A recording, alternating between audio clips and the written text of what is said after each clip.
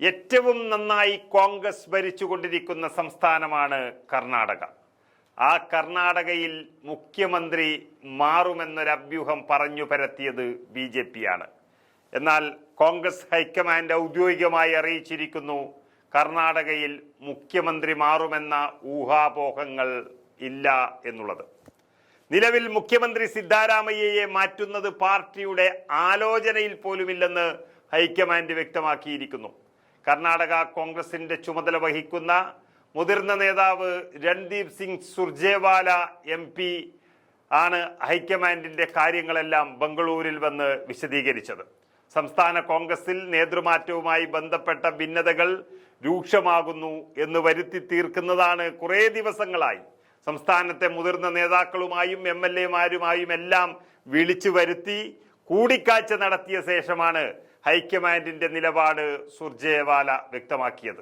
നേതൃമാറ്റം ഇപ്പോൾ പരിഗണനയിലില്ല എന്ന് അദ്ദേഹം പറയുകയും ചെയ്തു. പാർട്ടിയിലെ ഒരു വിഭാഗം നേതൃമാറ്റത്തിനായി ശക്തമായി വാദിക്കുന്നതിനിടെയാണ് ഹൈക്കമാൻഡ് നിലപാട് വ്യക്തമാക്കിയിരിക്കുന്നത്. ഉപമുഖ്യമന്ത്രി DK ശിവകുമാറിനെ മുഖ്യമന്ത്രിയാക്കണമെന്ന് ചിലർ ആവശ്യപ്പെട്ടു എന്നാണ് പറയുന്നത്. അതേസമയം 5 വർഷവും താൻ തന്നെയായിരിക്കും മുഖ്യമന്ത്രി എന്ന് സിദ്ധാരാമയ്യയും പറയുന്നു എന്ന് മാധ്യമങ്ങൾ എഴുതുന്നു. എന്നാൽ താൻ ആരോടും മുഖ്യമന്ത്രിയാകണമെന്ന് ആവശ്യപ്പെട്ടിട്ടില്ല എന്നാണ് കോൺഗ്രസിന്റെ അധ്യക്ഷൻ കൂടിയായ ശിവകുമാറും പറഞ്ഞിരിക്കുന്നത്. അങ്ങനെ ഒരുമിച്ചിരുന്ന് കാര്യങ്ങളെല്ലാം വ്യക്തമാക്കിയതോടെ കർണാടകയിലെ കോൺഗ്രസ് വളരെ നീറ്റായി മുന്നോട്ട് പോകുമെന്ന് സൂചന നൽകിക്കഴിഞ്ഞു. നേതൃമാറ്റവുമായി ബന്ധപ്പെട്ട് പരസ്യ പ്രസ്താവന നടത്തുന്ന നേതാക്കൾക്ക് ഇനി ഉടനടി നോട്ടീസ് നൽകുമെന്നും DK ശിവകുമാർ അറിയിച്ചിരിക്കുന്നു. എല്ലാവരും കഠിനാധ്വാനം ചെയ്തിട്ടുണ്ട്. തന്നെ പോലെ നൂറുകണക്കിന് പാർട്ടി പ്രവർത്തകർ കഠിനാധ്വാനം ചെയ്തതിന്റെ ഫലമാണ് ഈ ഭരണം ലഭിച്ചതെന്നും ലക്ഷക്കണക്കിന് പാർട്ടി പ്രവർത്തകർ കഠിനാധ്വാനം ചെയ്തത് മറക്കാൻ കഴിയില്ലെന്നും അദ്ദേഹം വാർത്താലേഖകരോട് പറഞ്ഞിരിക്കുന്നു.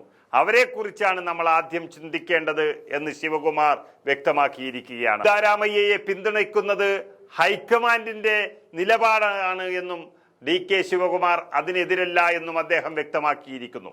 നിയമസഭാ തെരഞ്ഞെടുപ്പ് ഫലം പുറത്തു വന്നതിന് പിന്നാലെ മുഖ്യമന്ത്രി സ്ഥാനത്തിനായി സിദ്ധാരാമയ്യയും ശിവകുമാറും തമ്മിൽ കടുത്ത മത്സരം നടന്നിരുന്നുവെന്നും പാർട്ടി നേതൃത്വം ഇടപെട്ടാണ് ഇത് പരിഹരിച്ചത് എന്നുമൊക്കെ നമുക്കറിയാം. പക്ഷേ അതിനർത്ഥം ഇപ്പോൾ സിദ്ധാരാമയ്യയെ മാറ്റണമെന്നുള്ളതല്ല. ശിവകുമാറിന് ഉപമുഖ്യമന്ത്രി പദം നൽകി വളരെ വ്യക്തമായി അവിടെ അനുനയിപ്പിച്ചിട്ടുണ്ടായിരുന്നു അന്ന് തന്നെ. എന്നാൽ ആദ്യഘട്ടം സിദ്ധാരാമയ്യയും പിന്നീട് ശിവകുമാറും മുഖ്യമന്ത്രിയാകും എന്ന ധാരണയിൽ എത്തിയിരുന്നു എന്ന അഭ്യൂഹങ്ങളായിരുന്നു പിന്നീട് പറഞ്ഞ് പരത്തിയത്. അത് BJP പരത്തിയ അഭ്യൂഹങ്ങൾ മാത്രമായിരുന്നു. കോൺഗ്രസിന്റെ ശക്തമായ ഒരു സംസ്ഥാനം കടപുഴക്കി കളയാമെന്ന BJPയുടെ നീക്കവും ഇതോടെ പാളിയിരിക്കുകയാണ്.